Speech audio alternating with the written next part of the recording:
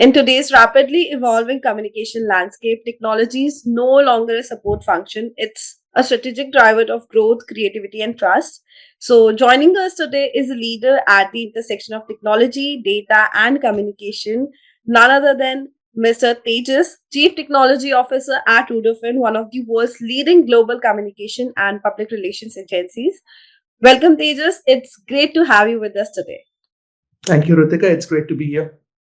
Yeah. So starting with the conversation, and I'm really excited, for this entire conversation. So, as the youngest CTO in Rudolphin history, how has your journey evolved, and how did you begin, and what transformation have you observed till now? Oh, how much time do we have?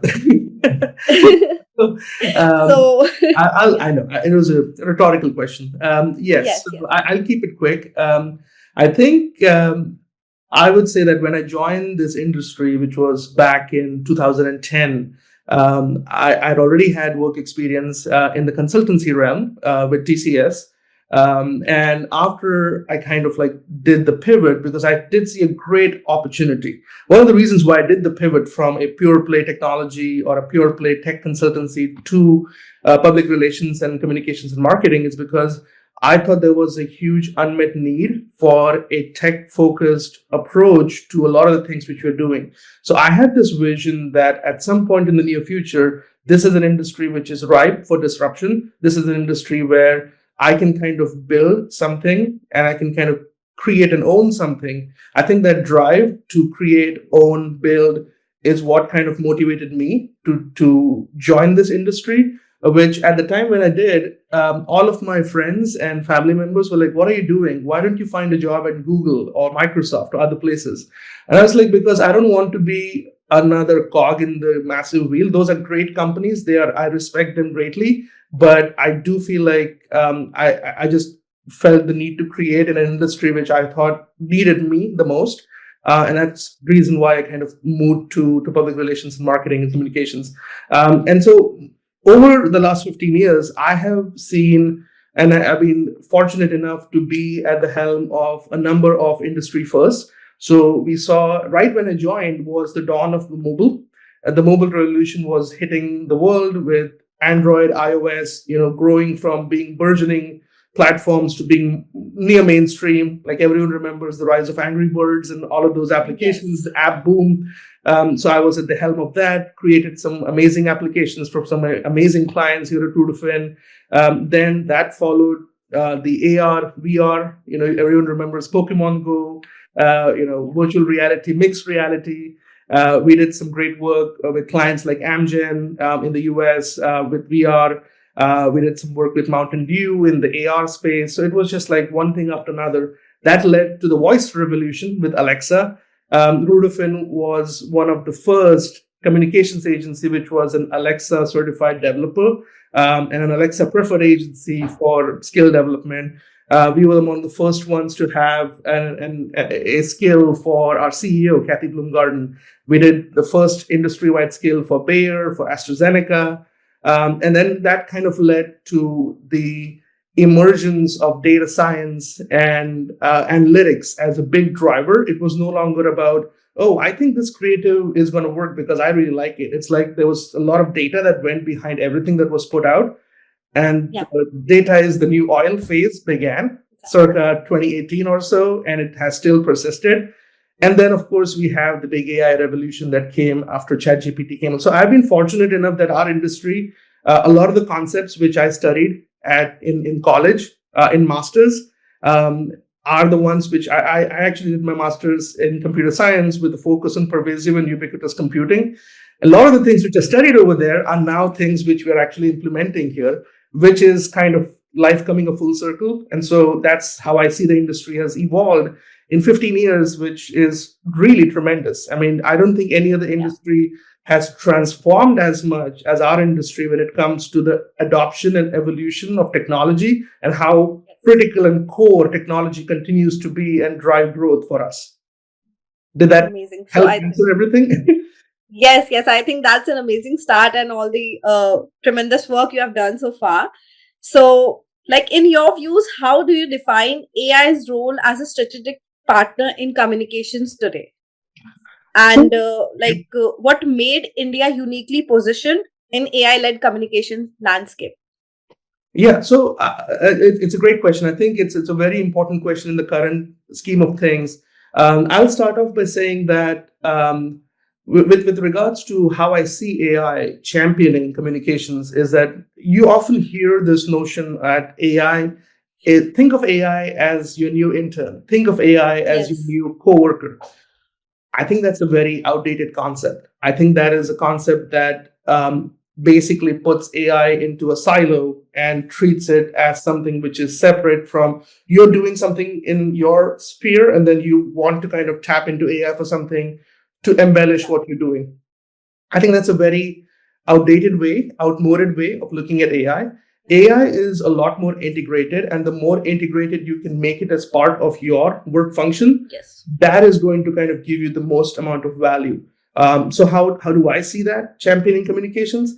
It's literally for every person in the organization identifying what are the workflows which you can truly automate to have you focus on the things which are going to be critical from a client services standpoint.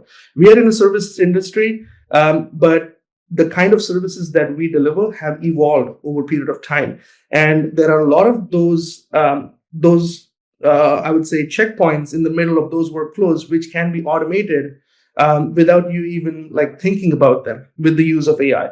And I think those are the parts which I think should be looked at, as opposed to saying, "Oh, I'm going to write a press release and then I'm going to throw it into ChatGPT and I'm going to get a better version of it." I think that's like 2022 or 2023. I think now you should think about, oh, I want to reach out to this particular reporter, and I want to reach out to this particular, analyst. What is the best way to kind of, build a rapport with this analyst or this reporter? Like, and you can kind of do that as part of your initial research right through a chat GPT or a Chat. perplexity or a Gemini. And I think that's kind of like going from end to end as opposed to just using AI in the middle for a random ad hoc task. So that's how I see AI evolving in its role for communicators. And the communicators who are going to be successful are those who are going to treat AI as an integrated function as opposed to an intern or a coworker. Amazing. I think that's an amazing take on this. So, moving ahead, like crisis is a major part of like public relations and communication industry, and like every other thing, technology also has its pros and cons. So, how do you think like technology has changed the way crises are today detected, managed, and tackled basically in the communication landscape? So I think crisis has always been at the forefront of a lot of the things which we do. As communicators, we are always kind of brought in. A lot of times we are brought in when things are not so good and need to be managed. And so what we like to there's a framework to this. We like to think of like pre-incident, during incident, and post-incident. And I Yes. think a lot of the work which AI is doing is helping with the pre-incident, like tracking the trajectory of like looking for that S curve. When are things going to trend? When are things going to, which are the things that are going to potentially go viral, quote unquote viral. Now, in this day and age, if anyone tells you that, they can stop something from going viral, they're obviously lying to you, because no one can do that at this point. It's just not humanly or technologically feasible to do that. But what AI is helping you with is getting you a playbook in place pretty quickly. And by again going back to my previous point, which is using AI as an integrated function, you can then kind of do scenario planning really quickly. That's how we use AI tools, is to scenario plan and make sure that we are understanding what are we dealing with. Because a lot of times crisis management is about preparedness. And I feel like that preparedness aspect has really been turbocharged by AI to give you a lot more that you can build towards your playbook. So you can scenario plan for like, n number of scenarios where if this happens, then this is the right way to kind of handle it. And a lot of that heavy lifting is now being done by AI, in addition to your traditional tools out there, which are going to do the media monitoring and social listening. I'm not even going there because that's kind of table stakes at this point. but it's more so for that scenario planning and then message testing. So I'm sure you've heard of this. If you haven't, it's synthetic respondents are on the rise, where you can create a sample persona for who your audience is, and then you can run mock messages through that sample persona. You can do this in ChatGPT, you can do this in Gemini, Claude, and other places. So it's more about like using the brain trust of people who are crisis experts and combining that into building the synthetic respondent and then testing your messages against it, testing your ad lobs against it.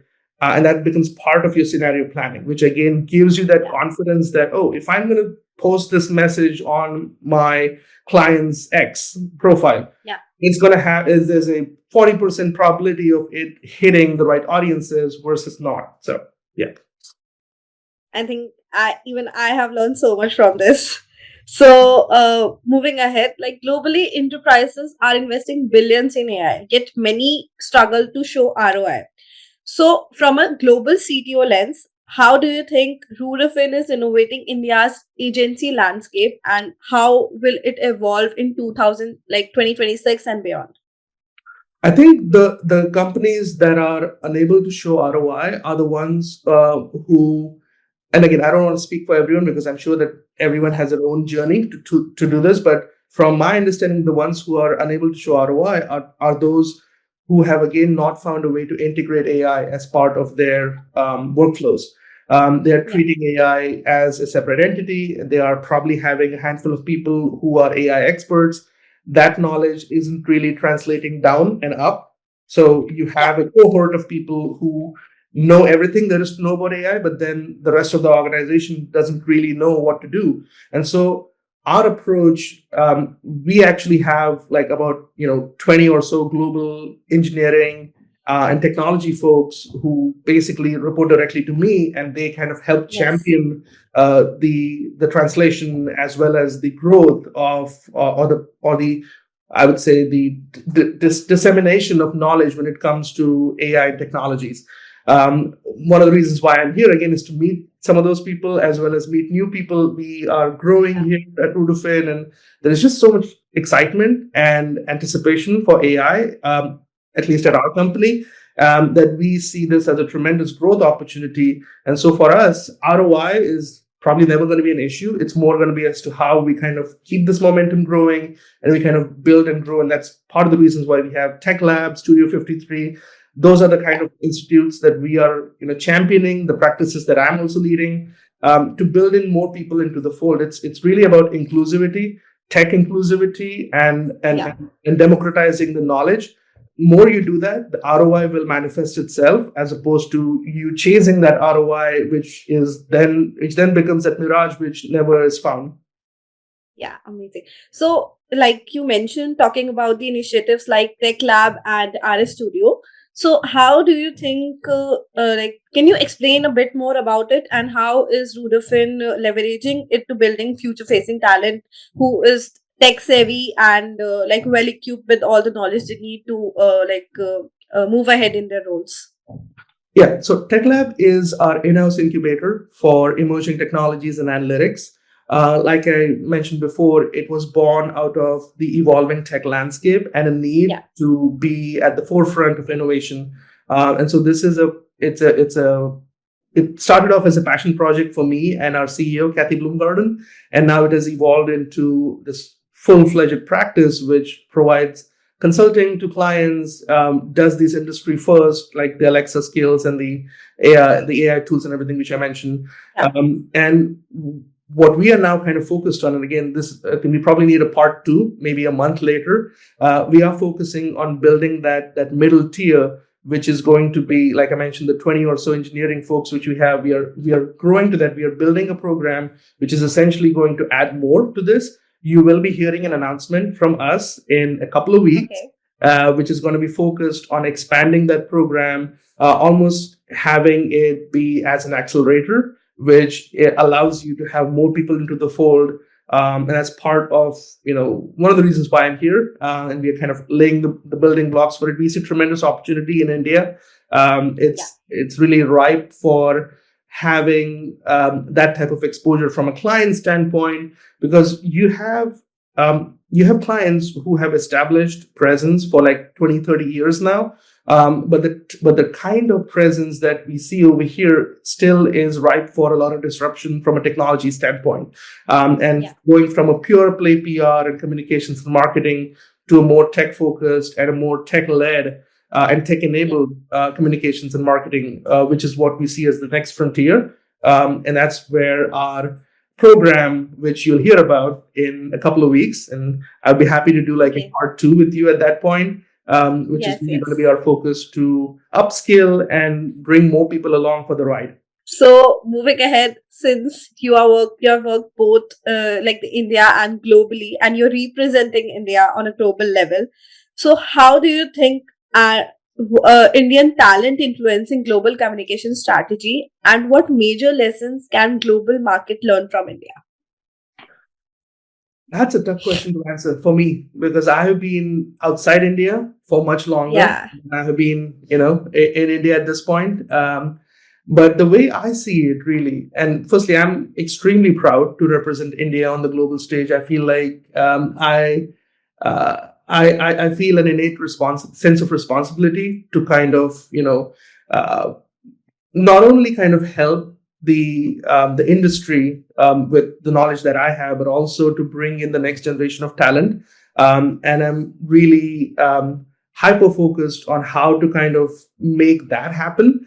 That's also where I yeah, see a lot of opportunity for India. A lot of the members of my team actually are in India. And they are all, hungry and really passionate for technology and how technology is kind of, disrupting comms as well as helping yeah, revolutionize comms.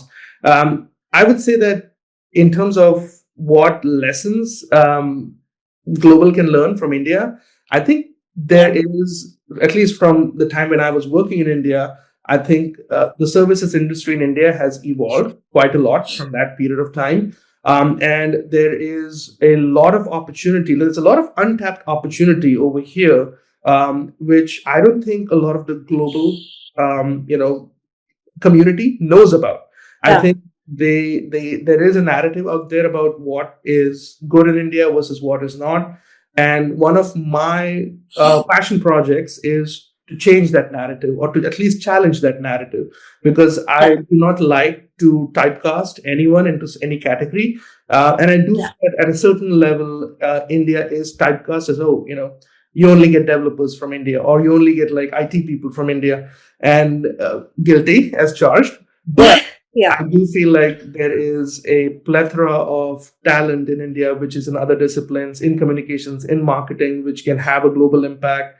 I mean, look at some of the top CEOs in American multinationals. They are Indians, and that's not because they are just good developers. And I feel like that is kind of a core narrative which I would love to, in my lifetime, change and have India be considered as a hub for different types of talent and not just one type of talent. So it's not a yeah, lesson we learn, but it's something which I feel like I always work towards saying that, hey, if you're looking for a good design resource, think about India because we have a yeah, legacy in some of the best design landscapes in the world.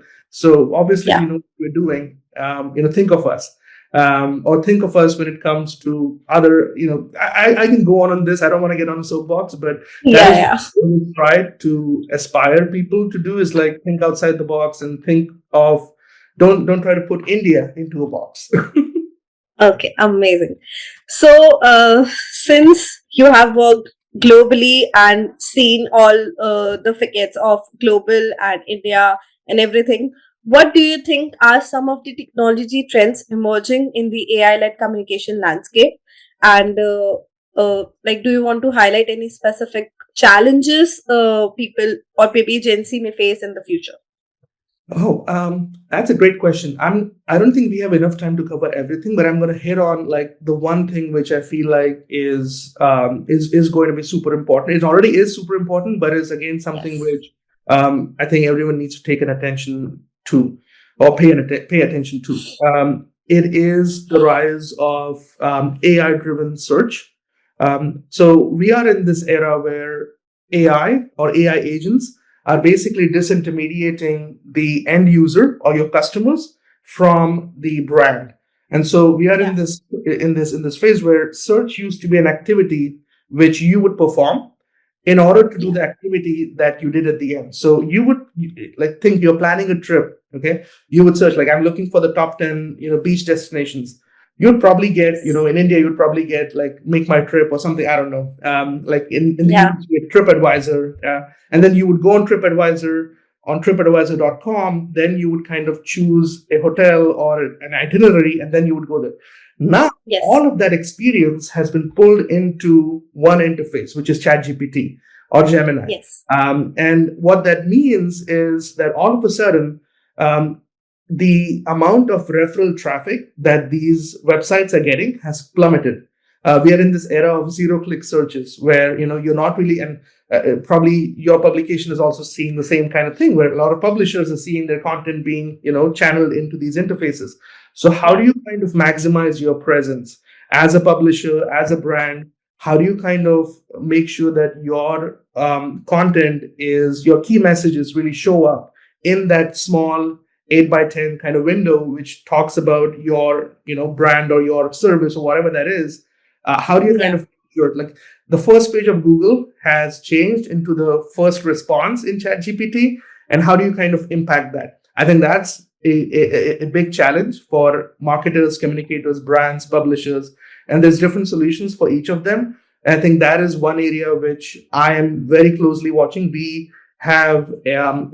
ourselves have an offering called RFAIO. We were one of the first agencies to have that, and we actively monitor our Okay. clients, our competitors, and we are actively kind of formulating strategies for how we can kind of make sure, in a white hat way, Yeah. get into the I would say get into the top responses and make sure that our key messages are showing up in the right, in good faith, essentially. Okay, amazing. So I won't take much of your time. I think this will be the last question of our conversation. I would like you to mention some of the your favorite technology tools, or maybe the tools that would help the communication industry or the mid-level and the young professionals, and also one important lesson you would like to pass on to the future professionals. Oh, I, I think that's this is like the most difficult question. The last one is probably the most difficult question. It makes me very Yeah. uncomfortable, but I'll answer the first one first, which is the technology. Yeah. I think Yeah. at this point, it's what I would say in general is that the tools are more or less what everyone knows. It's about how you use these tools, because I can go in Yeah. here and I can start listing out ChatGPT, Gemini, Claude, and like I can like provide a laundry list of these tools. I think what's going to be important is going back to my first point, which is whatever function you are working in, identify what are the tools that are best suited for your function to integrate Yes. AI as part of your job function. And I think to that extent, ChatGPT is kind of going to be your Swiss Army knife of tools. Gemini is I mean, depending on who you ask, Gemini is probably number one, ChatGPT is number two, either way around. Claude is another great tool. So you're gonna it's really going to be at a point where everything is in that close proximity of each other. So regardless of what you use, you're going to get thereabouts output. There are going to be some industry specific tools which are going to be used by professionals in that industry. But other than that, from a general professional standpoint, the tools are what everyone knows. It's about making sure that you really take the effort to integrate the tool as part of your job function, as opposed to treating it as something which is in a silo.